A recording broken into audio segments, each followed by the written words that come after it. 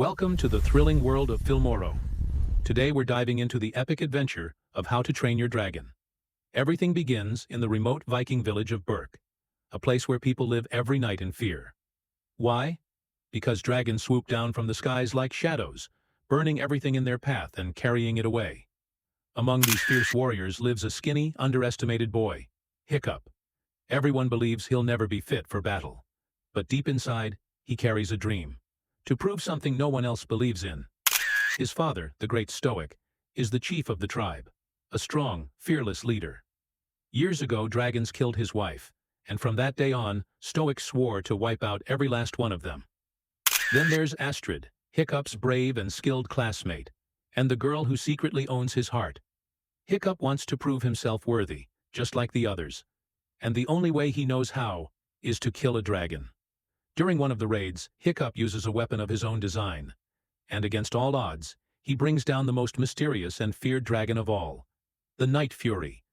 But before he can celebrate, another dragon attacks him. Stoic rushes in, slays the beast, and saves his son. Breathless with excitement, Hiccup cries, "I hit a Night Fury." But no one believes him. Angry and disappointed, Stoic sends him home. That very night, Stoic gathers the villagers. We must find the dragon's nest and destroy them all, once and for all. After the meeting, Stoic tells his friend Gobber, "This year, I have too much work. You'll train the children," Gobber replies. "Then you'll have to let Hiccup join us." Stoic resists at first, convinced his son is hopeless. But Gobber insists, "We won't always be there to protect him. At least let the boy learn how to defend himself." Meanwhile, Hiccup sneaks into the forest, searching for the dragon he shot down. And there it is, the legendary Night Fury, trapped and injured. In that fateful moment, Hiccup faces a choice: kill the dragon or set it free. To everyone's surprise, even his own, Hiccup cuts the ropes and lets the Night Fury go. When he returns home, Stoic has news. "Tomorrow, you'll begin dragon training with Gobber."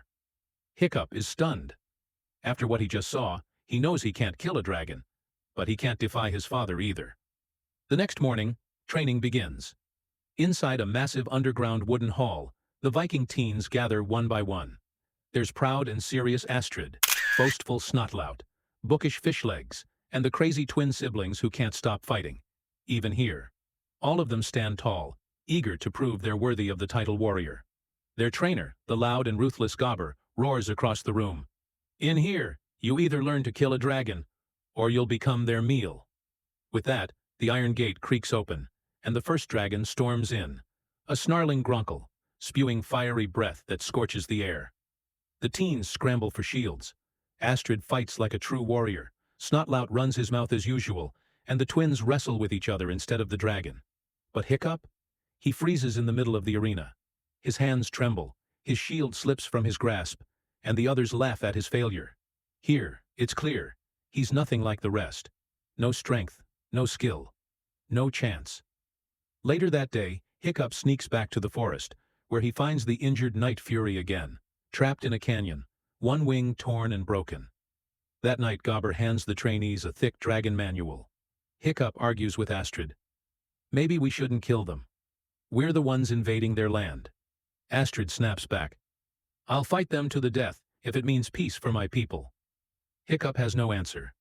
When he flips through the book, he realizes there's not a single picture of the Night Fury. It's as if no one has ever truly seen one. Meanwhile, Stoic sets out with the warriors of Berk, determined to find the dragon's nest and burn it to the ground. Along the way, they face yet another furious ambush. The next day, training resumes. The heavy gate slams open again, and this time, a deadlier dragon emerges. Sleek scales shimmering, spines sharp as blades. Gobber warns, "This one is fast and lethal. Stay clear of the tail, and find the blind spot if you want to live." The battle begins. The dragon lunges straight at Hiccup, who freezes in terror. His shield falls, and just as the dragon's deadly tail is about to strike, Astrid charges in like lightning. She shoves her shield in front of him, deflecting the killing blow. Hiccup crashes to the ground, gasping, staring death in the face. Astrid drives the beast back into its cage. Gobber slams the gate shut, then stares at Hiccup with a grim warning.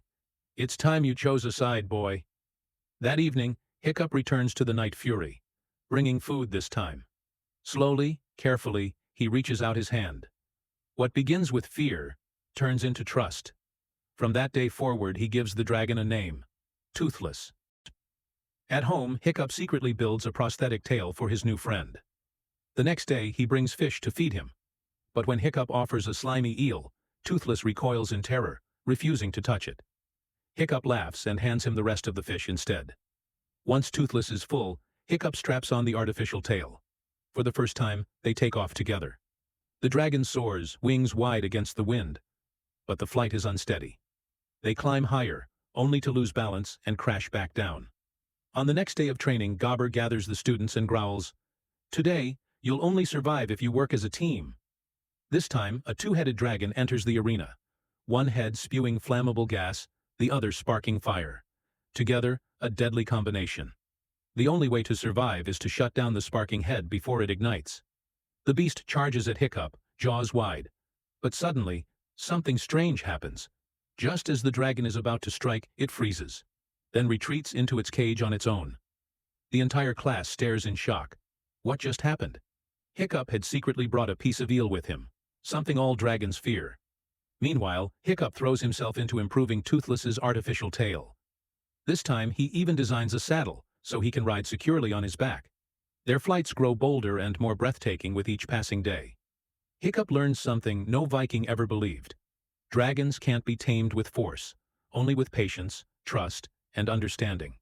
He discovers their quirks, the things they fear, the things they love, and even that some can be ticklish enough to roll over in laughter. The clumsy boy everyone mocked is now becoming a legend in the making. Far away, Stoic and his Viking warriors return home, battered, defeated, unable to even locate the dragon's nest. But Gobber meets him with unexpected news. "Your son. He's changed. He's passed every trial with flying colors." Stoic listens in disbelief as the villagers praise Hiccup's new strength. Meanwhile, Hiccup continues his secret rides with Toothless, sketching out his own Dragon Rider's Guide. At the final test, he shocks everyone by emerging victorious and being named the top dragon slayer. But Astrid isn't convinced. She blocks his path and accuses him. "This is a trick. You're hiding something." Realizing his secret is in danger, Hiccup flees into the forest, with Astrid chasing close behind. There, she sees Toothless for the first time, and reacts in terror, ready to expose the truth. But before she can run, Toothless himself blocks her path, his presence overwhelming. In a heartbeat, the Night Fury scoops Astrid onto his back and soars into the skies. Astrid screams in fear as they dive through clouds at breakneck speed. But when she finally looks into the dragon's eyes, she sees not fury but something softer. With a trembling voice, she whispers, "I'm sorry." And Toothless calms.